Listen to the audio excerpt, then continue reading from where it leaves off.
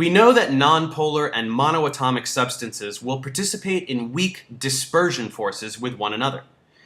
These are the interactions between instantaneous dipoles and induced dipoles on a molecule with no formal dipole. But what about polar molecules that do possess permanent dipoles? These also can interact, and with much greater strength than the dispersion forces. Consider a diatomic polar molecule.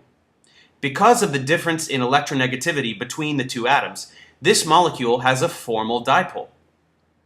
If this dipole comes into contact with another dipole, it can participate in dipole-dipole interactions. This is when the negative end of one dipole interacts with the positive end of another dipole, which can occur end-to-end or side-to-side. These interactions are much stronger than dispersion forces because these formal dipoles are so much stronger than the temporary induced ones, so they generate stronger electrostatic interactions.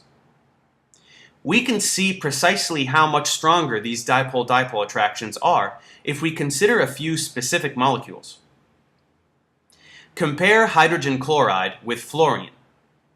These are both diatomic and have roughly the same mass, so we could expect them to have similar boiling points. However, at 150 Kelvin, hydrogen chloride is a liquid and fluorine is a gas.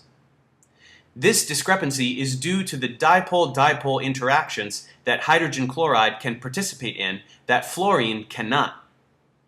The stronger interactions for HCl means the molecules stick together better and remain liquid at higher temperatures. So when we look at molecules, it is important to be able to tell whether the molecule is polar overall, that is, whether it has a net dipole. Because if it has a dipole, it can participate in dipole-dipole interactions, which will dramatically impact key characteristics of that substance.